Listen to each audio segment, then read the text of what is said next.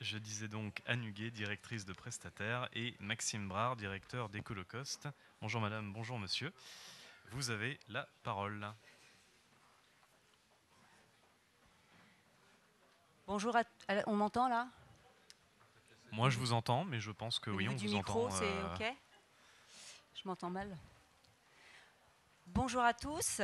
Alors, nous avons choisi, Prestataire Certification, de présenter ce sujet en collaboration avec un certifié, hein, de parler à deux voix pour cette conférence dédiée à la certification carbone et à la performance globale des bâtiments. Simplement pour resituer le contexte de ce sujet, il n'aura échappé à personne qu'on est là au cœur d'enjeux stratégiques, hein, à la fois des enjeux environnementaux avec le changement climatique, l'obligation de baisser nos émissions de gaz à effet de serre. Également, alors oui, il faut que j'avance. Oui. C'est peut-être mieux. Alors, excusez-moi, voilà, ça sera mieux. Répondre également aux enjeux énergétiques, tout ce qui est économie d'énergie dans le bâtiment et l'enjeu de l'indépendance énergétique. L'actualité nous le rappelle malheureusement. Et puis les enjeux plus sociétaux, hein, on parle de performance globale du bâtiment, ça veut dire aussi répondre aux attentes de la population, d'être logé dans des bâtiments qui soient sains, qui soient confortables, qui soient de qualité, qui aient de faibles factures d'énergie. Donc voilà, au cœur de, voilà le sujet qu'on va traiter ce matin et les enjeux auxquels ils répondent. Alors, je vais, avant de passer la parole à Maxime Brard, qui parlera tout à l'heure, qui va venir témoigner de son opération Le Domaine d'Adel, simplement présenter quand même en quelques mots Prestataire, certification. Nous sommes donc un organisme indépendant qui, depuis maintenant plus de 12 ans, certifions la performance globale des bâtiments. On accompagne en fait, hein, que ce soit dans le logement neuf, la rénovation, le tertiaire également, rénovation ou neuf, les maîtres d'ouvrage qui souhaitent aller au-delà de la réglementation et certifier la performance de leur projet. Nous venons du monde associatif, hein, nous étions une filiale d'un espace Info-Énergie, donc nous connaissons bien le côté aussi des usagers des bâtiments, donc c'est quelque chose qui nous tient à cœur, et on a ce côté aussi que l'on garde chez Prestataire Certification, qui est de proposer des référentiels qui soient pragmatiques, accessibles, parce qu'on souhaite massifier, généraliser les bâtiments performants. Ça, c'est notre côté qui vient de notre histoire et de nos origines. Alors, on est accrédité COFRAC, hein, comme les autres certificateurs du marché, et nous sommes en convention pour pouvoir certifier également en association avec nos référentiels le label d'État, E+, C-, hein, en attendant le futur qui ne devrait pas tarder d'arriver d'ici la fin de l'année, et puis également le label bâtiment biosourcé. On est également en partenariat avec Effinergie pour pouvoir certifier tous les labels Effinergie dans les différents niveaux de performance et le label de l'association Bâtiment Bas Carbone, BBCA, sous la marque donc Bâtiment Énergie Environnement qui sont nos référentiels. On est basé sur... alors, on certifie en métropole. Hein, nous ne sommes pas accrédités pour certifier dans les dom-toms. Donc, on intervient sur toute la France avec une équipe qui est située aux quatre coins, dans toutes les régions françaises. Donc, on est capable d'intervenir sur tous les territoires. On a actuellement 1400 opérations en cours de certification, que ce soit dans le logement neuf, rénovation ou le tertiaire neuf rénovation, et ce qui représente également pour le tertiaire à peu près 50 000 m² en cours de certification. Voilà, je n'en dirai pas plus. Ceux qui veulent plus d'informations, vous avez notre site prestataire.eu, et puis nous avons un stand dans la salle un peu plus loin où vous pourrez retrouver Armelle Magnier, notre responsable commercial, et notre directrice opérationnelle. Si vous avez des questions plus techniques, moi-même ne pourrais pas forcément répondre à certaines questions techniques tout à l'heure. Alors, certifié. Alors oui, un zoom également sur les labels. On est sur le sujet de la certification carbone, donc la sobriété carbone.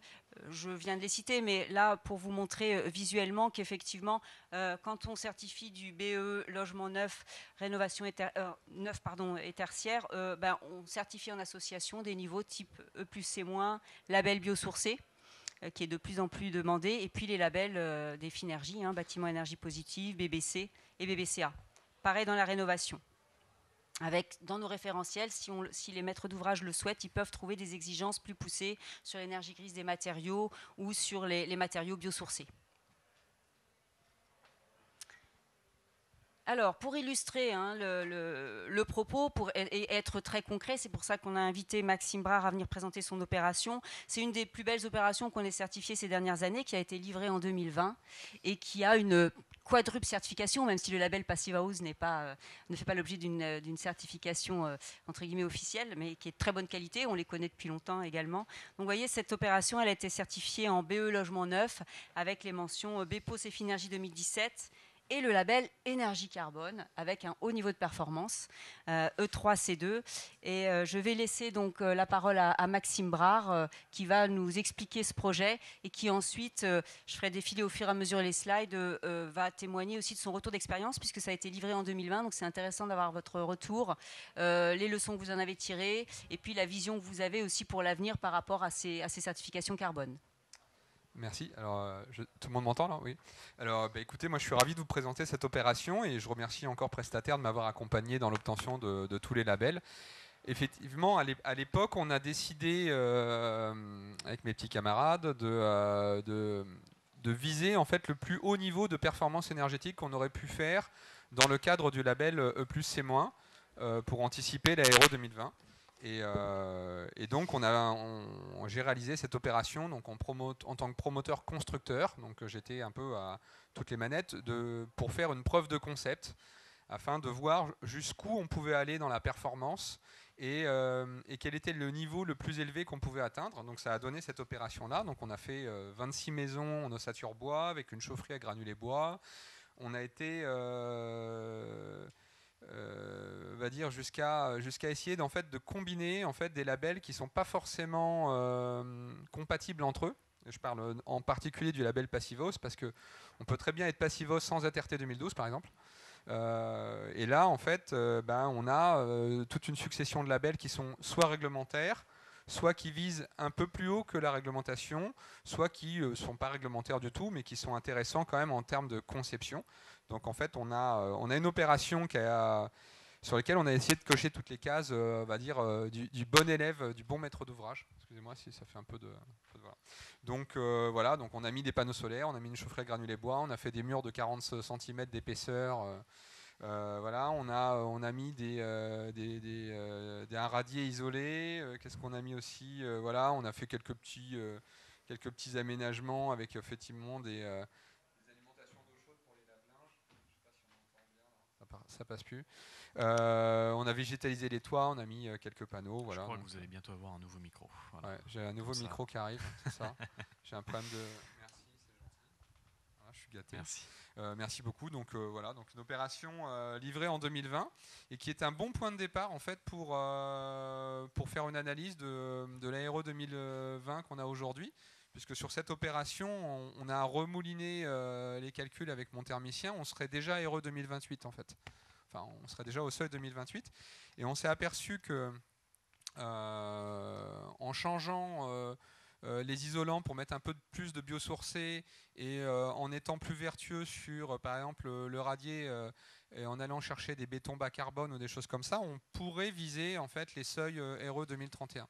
Donc c'est une bonne surprise, voilà, parce que c'était le but de cette preuve de concept. C'était est-ce qu'on peut anticiper en fait les futures exigences de l'Aéro 2020, sachant que c'est une opération qui s'est vendue en VFA à 26 clients individuels et qu'à un moment donné, faut quand même trouver son marché, il faut quand même trouver des gens qui vous disent j'aime bien ce que vous faites et je l'achète, et qu'à la fin, moi en tant que promoteur, il faut aussi qu'il y ait une marge. Voilà, donc bien sûr, on a décidé de sacrifier un petit peu la marge au détriment de l'expérimentation. Voilà, ça a été un choix de ma part de viser ça. Dans le but de passer à l'étape d'après qui sera ensuite pour ma société d'ouvrir une usine, d'industrialiser, de passer au 3D, de pousser un peu plus loin le hors-site. Voilà. Et donc, comme vous pouvez le voir, les motivations de la démarche, effectivement, ça a été d'aller beaucoup plus loin. Ça a été d'avoir aussi un accompagnement avec prestataire pour dire si je fais ça, qu'est-ce que ça donne, qu'est-ce que je vais pouvoir effectivement atteindre, voilà, et puis de passer, comme je vous le disais, à l'étape d'après qui pour moi est la massification du logement bas carbone, quoi. Voilà. Je suis bavard, donc si on m'arrête pas, je m'arrête pas. Vous pouvez y aller, vous pouvez y aller.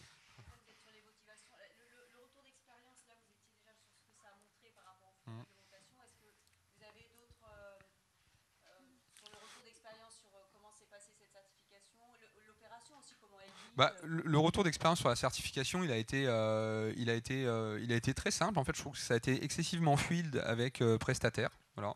J'ai eu un très bon accompagnement. La certification, à la fin, elle s'est faite tout simplement parce que finalement, on avait tellement bordé en fait le dossier auparavant qu'il a suffi de faire en fait, les tests réglementaires, aéroliques, de faire passer. De remplir le dossier, mais ça n'a pas été une sinécure, quoi. Voilà, ça a été relativement simple. Et moi, je pense que ça valait le coup, parce que si on n'a pas de certification, quelque part, on peut raconter un peu ce qu'on veut, on peut dire qu'on est vertueux, on peut raconter qu'on est bas carbone, qu'on est énergie positive. Mais si on n'a pas le label BPOS et Finergie qui donne un certain nombre de critères, finalement, la notion reste assez vague, quoi. Alors moi, je suis assez déçu de ne pas avoir le BPOS en fait dans la RE 2020. Donc de toute façon, je vais continuer à œuvrer dans ce sens-là parce que je pense que c'est la voie vers laquelle on doit aller. Voilà. Mais bon, après ça, c'est mon cas personnel.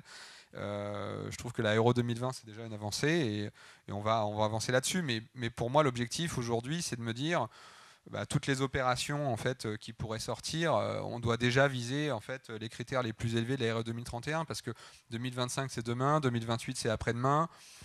Faire des choses qui vont devoir être rechangées encore pour être rechangées, en fait, je pense qu'on a la chance d'avoir une réglementation qui va nous permettre d'avoir quelques jalons et de ne pas laisser personne sur le bas-côté.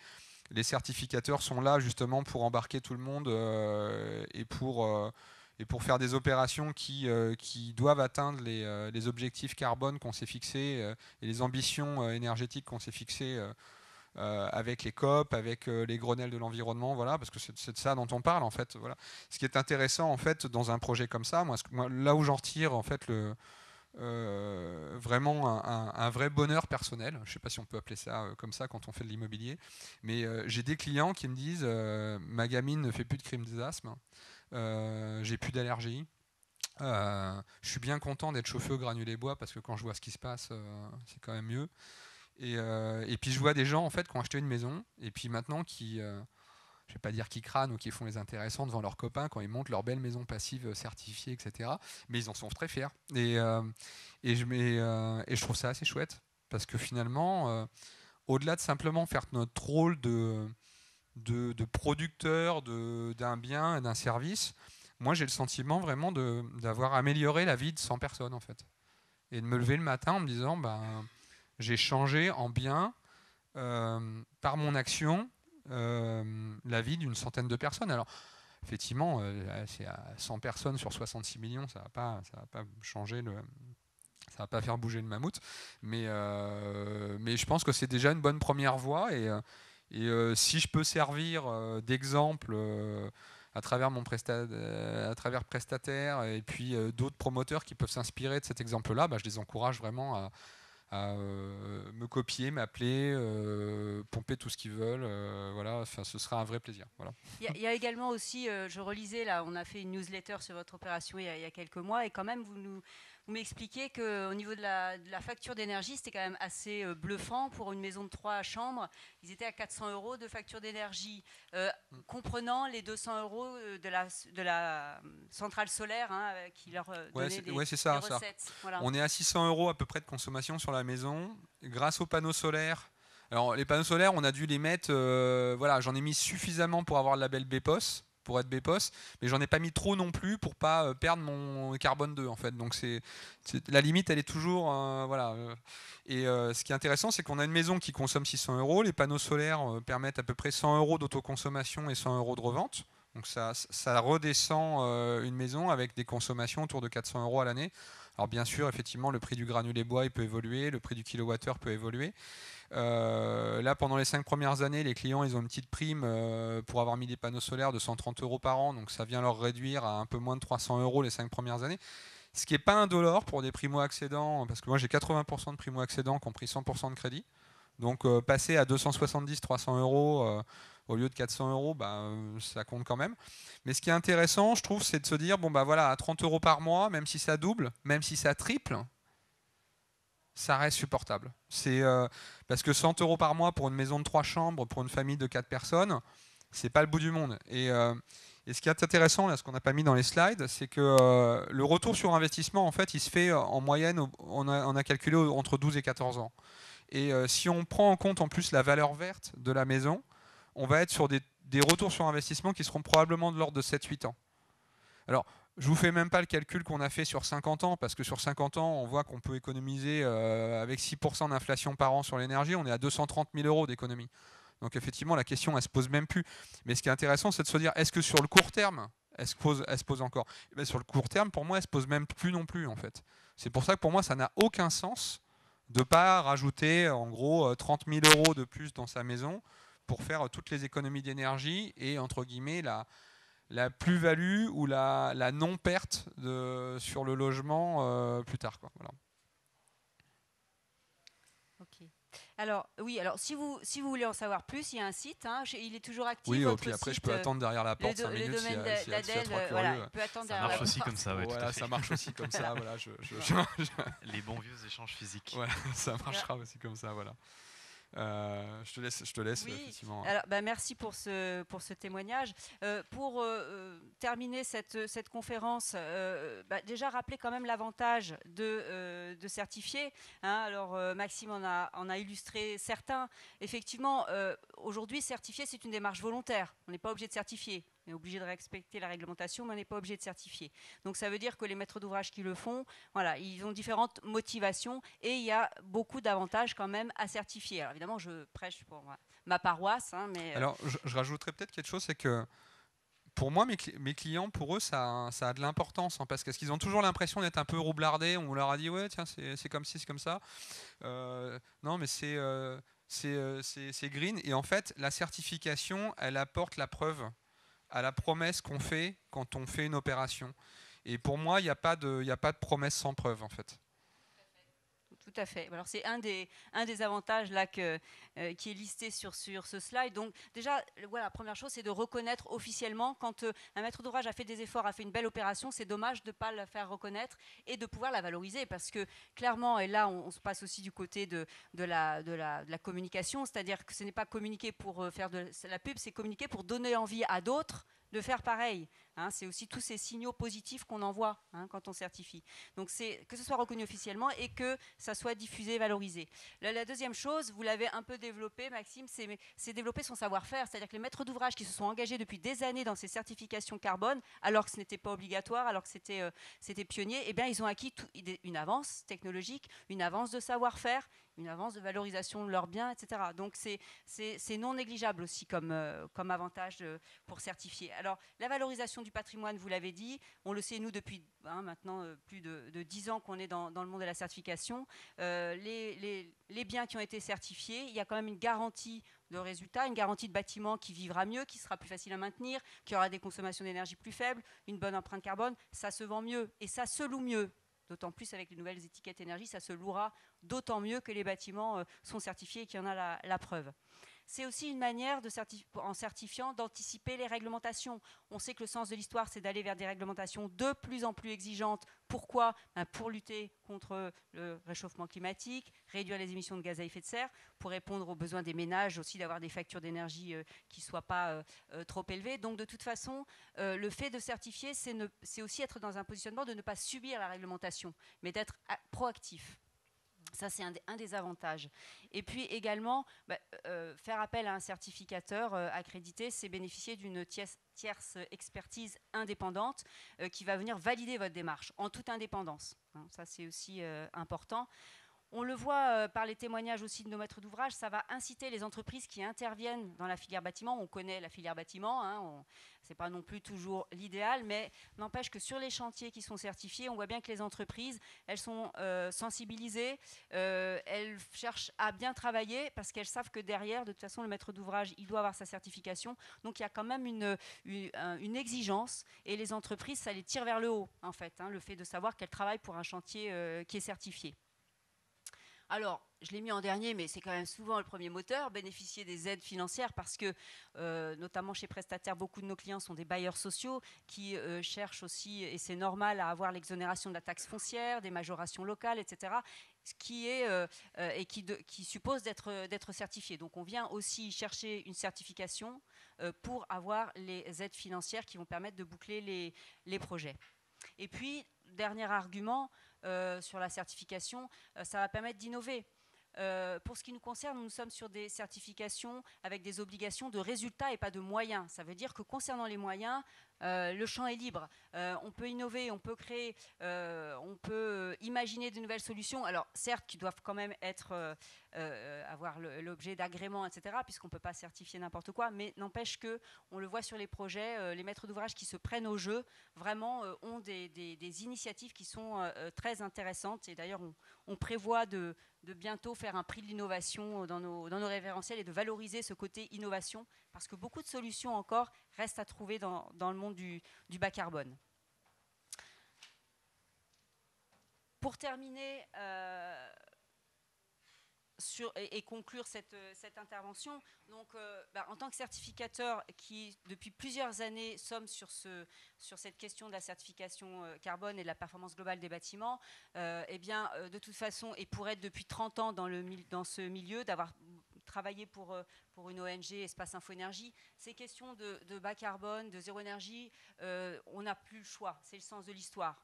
On peut discuter, mais il faut y aller. Il faut se relever les manches, les solutions existent, la filière sait faire, la réglementation 2020 est une vraie avancée.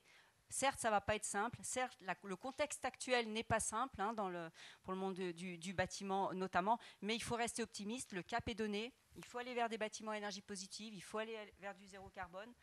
Les maîtres d'ouvrage, beaucoup sont volontaires, le font, ont déjà un savoir-faire. Moi, pour ma part, la RE 2020 va pas assez loin et pas assez vite. Mais après, c'est voilà,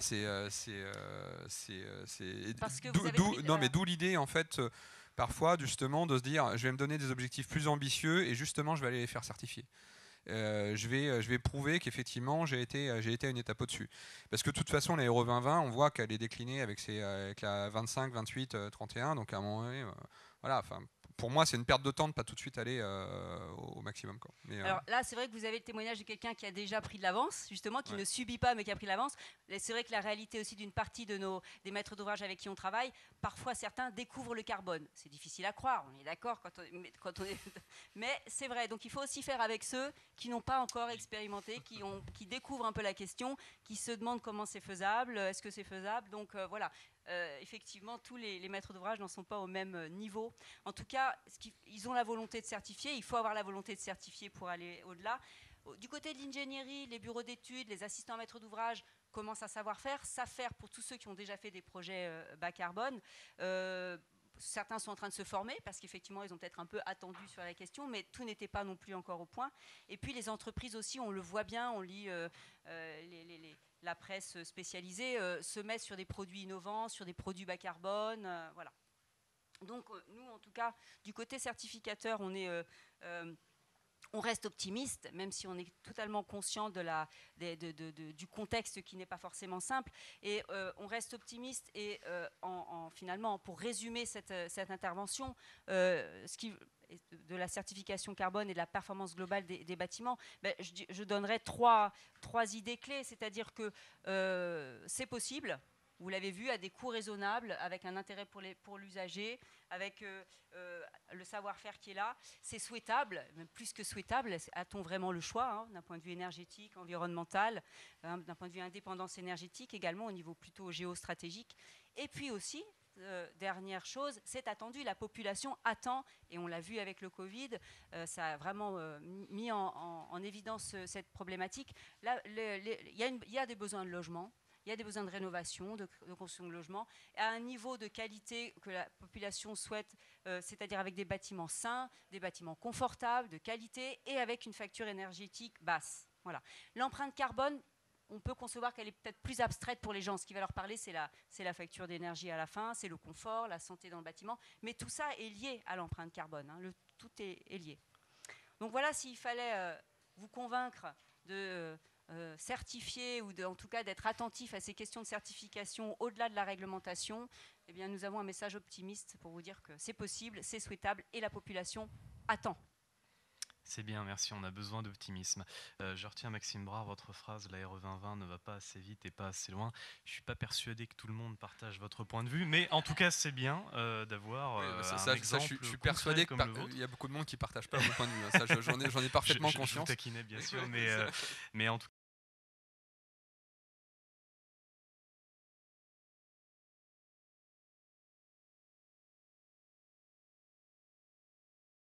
intéressant d'avoir un exemple concret comme ce domaine d'Adèle. Est-ce qu'on a encore le temps pour 4 minutes? Oh bah, c'est bon, on est large. Pour quelques questions dans la salle. Oui, monsieur. On vous amène un micro. Merci pour cette présentation. Bonjour, Christian Marquis, je suis dirigeant de Combles dans France. On fait des aménagements de combles, on est charpentier, donc on travaille constructeur bois. On fait des transformations de maisons pour ajouter un étage, en fait, soit en transformation du comble, soit en réalisation de surélévation de maisons. Et en fait, les certificateurs aujourd'hui ne sont pas encore totalement prêts parce qu'il y a des millions de propriétaires de maisons individuelles qui aujourd'hui, et je plaide pour ça, ne peuvent pas encore bénéficier de labellisation de ce qu'ils font chez eux, de leur maison individuelle. Ce sont des marchés de maisons individuelles, ce sont des cas par cas, mais ils sont des millions en fait ces propriétaires-là. Et aujourd'hui, nous recherchons chez Combles dans France une possibilité de labelliser BBCA, mais une opération pour votre maison. Juste vous, à titre propriétaire particulier. Et aujourd'hui, on n'a pas cette solution-là encore. Alors, sachez qu'on le fait. On fait en majorité du logement collectif pour des bailleurs sociaux sur des gros volumes, mais on labellise, on certifie des maisons individuelles régulièrement. Ce n'est pas la majorité de ce que l'on fait, mais tout à fait, on sait tout à fait faire en neuf ou en rénovation. Je suis content de vous découvrir alors, merci. Y a-t-il une autre... Et en plus, c'est une équipe très sympa. Pardon. Bonjour, Monsieur Sachot, S Métropole Habitat, bailleur social sur l'Est lyonnais. Je suis d'accord avec vous, Monsieur Brard. Je pense qu'on ne va pas assez loin. On est deux au moins dans la salle, c'est bien. La question, c'est, on se dit que la ville de demain, c'est 70% de la ville d'aujourd'hui. Sauf que la RE 2020, elle parle que du neuf. Et si on veut vraiment être ambitieux et audacieux, il faudrait qu'on arrive à avoir une RE 2020 qui s'applique aussi à la réhabilitation. Pour qu'on parle de décarbonation, certes, en termes de consommation d'énergie, mais aussi en termes de matérialité. Et aujourd'hui, je pense que si on veut arriver à ce Big Bang écologique qu'on veut vraiment mettre en œuvre, il faut que la réglementation et la certification nous suivent dans ce sens-là. Parce qu'on est nombreux et très nombreux à vouloir aller dans ce sens, mais il faut qu'on soit accompagné par la certification. En fait, via des labels, nos labels et des labels comme Effinergie, BBC bas carbone qui vient de sortir en octobre dernier, qui essaie de répondre à cette problématique. Donc voilà, oui, alors on peut sûrement encore mieux faire et faire plus, mais c'est faisable aujourd'hui quand même d'avoir des rénovations à des niveaux de performance quand même et qui répondent à l'empreinte carbone. Après, effectivement, aujourd'hui c'est plutôt le neuf qui est ciblé. Dans la rénovation, il y a un enjeu. Et on sait faire, mais il faut sûrement encore aller plus loin. Oui. Moi, je rajouterais qu'il y a quand même un gros effort qui est fait sur la réno. Et dans le neuf, on construit 1% des logements par an. Ce qui veut dire que dans 30 ans, on aura 30% de notre parc qui, si on fait les efforts aujourd'hui, sera classe A, BPOS, passif, tout ce qu'on veut, si on fait les efforts aujourd'hui. Mais ça veut dire que je suis d'accord avec vous, il y a 70% des logements en fait, qui ne vont pas rentrer dedans ou qui suivront derrière. Et sur ça, il faut faire quelque chose. Alors moi, je crois beaucoup au développement de ce qu'il y a avec Combles en France, là, sur les built in my backyard, les extensions, les choses comme ça, parce que je pense que c'est l'avenir. Je pense que les opérations comme la mienne doivent peu ou pas exister et doivent venir en remplacement d'habitats qu'on ne sera pas capable de rénover, sur lesquels on va densifier. Parce que moi, ce que j'ai fait à Villeneuve-Saint-Georges, c'est ni plus ni moins qu'un immeuble couché par terre. Enfin, faut être clair, c'est de la maison de Coron. On a 5000 m² de terrain, on a mis 26 maisons. Voilà, donc c'est 50 m² de jardin derrière, 20 m² devant. On est entre de la maison individuelle et de l'habitat collectif. Et ça revient effectivement à faire des extensions, ça revient à construire dans son jardin, ça revient à reconstruire la ville sur la ville. Voilà, donc c'est ça, mais c'est en faisant tout ça qu'on y arrivera. Mais sur la rénovation, il y a plein de choses qui sont en train de se faire là. Voilà. Donc nous, on va faire la partie du neuf, les 30%, et puis les 70%, on va laisser les équipes de la rénovation s'en occuper, quoi. Voilà. Oui, puis après, finalement, la difficulté est toujours la même, c'est qu'il faut arriver à embarquer toute une filière, quoi. C'est-à-dire que voilà, il y a quand même beaucoup d'acteurs et de corps de métier qui interviennent. Ouais, mais c'est là aussi, je pense que le neuf doit faire sa transformation et aller vers la construction hors site et la préfabrication. Je vois que dans le fond de la salle, on a Monsieur Carteret qui fait déjà du hors site et du bois, et voilà. Bah, ça c'est bien. Voilà, on a Comble d'Enfance, voilà. Alors je reconnais 2-3 têtes aussi, parce qu'en fait, les gens qui vont être les plus qualifiés vont devoir aller sur la rénovation. Et nous, sur le neuf, on va devoir ramener vers l'emploi des gens qui seraient peut-être en situation d'échec et qui, grâce à l'industrialisation et à la construction 3D, vont permettre d'être en situation de succès et de construire des bâtiments qui vont devenir beaucoup plus techniques et beaucoup plus performants. Voilà. Donc ça, on a un double enjeu dans le neuf qui n'est pas si simple que ça, c'est qu'on va devoir vraiment monter en compétences, quoi. Voilà. Et néanmoins, on va sans doute perdre des bras au profit de la rénovation. Moi, j'en ai fini. Et ben on en a fini aussi, donc ça tombe bien. Merci beaucoup à tous les deux. Merci à vous.